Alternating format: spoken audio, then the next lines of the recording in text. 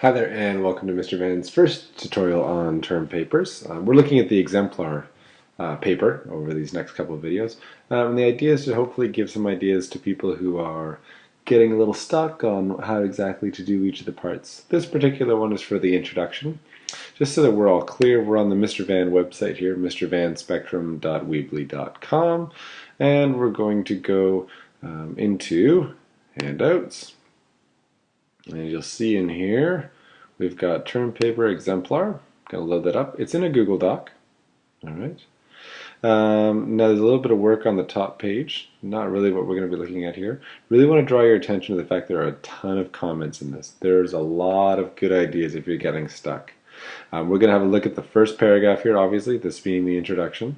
And we're going to very briefly touch on the second one here, the vocab paragraph, which is optional for the second term paper. Basically, with the introduction, the whole idea is that you're going to be working from the broad ideas down to the narrow. Let me show you an example here. This very first sentence. In medieval times, wars were fought by men in the hundreds and sometimes the thousands.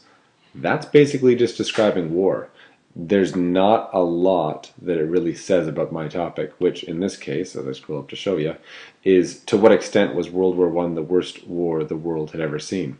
Nice alliteration. As we go along, it's going to become more narrow and more specific until eventually you get to the thesis statement, which is what I've underlined here. Okay, so we talk very general to begin with. The sentences build on each other. As time passed, technology progressed, countries became more powerful, and the age of imperialism took over the kings of Europe. You can see a bit of a history going on here. It's slowly working its way through times from the medieval periods right up until World War I, 1914 to 18. Okay? As we approach, it says by the time World War I began, every continent on the globe had European influence. As available territories dried up, militaries had grown, and so it was with no great surprise that the major powers of the world descended into war in the summer of 1914.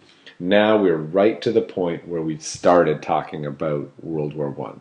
Until right here, these sentences all are not really about World War I at all. They're just general warfare.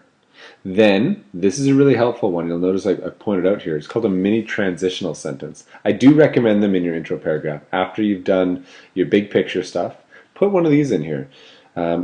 Maybe what I'll do is I'll actually point to the thesis first. No conflict in our history has ever measured up to the Great War's brutality, sacrifice, and number of casualties. You can see the three things we're going to be talking about. Joining the general and the specific is a sentence in between, which I mentioned is called the transitional sentence. A new age of warfare was upon us, and the world hadn't realized how far the horrible reaches of the conflict would reach. It's specifically mentioning World War I, but it's general in the sense it's still talking about warfare. So it's kind of that in-between bridge. Okay? Most introductory paragraphs look to be between 5 and 8 lines. There is no hard cap either way, but that's a pretty good rule of thumb. One other thing I really wanted to quickly talk about is that inside we have here in the second paragraph vocabulary. In the second term paper, it's optional, and it would be encouraged that you do the vocabulary for your essay inside the actual remainder of the essay. But you can still make your own paragraph specifically for this.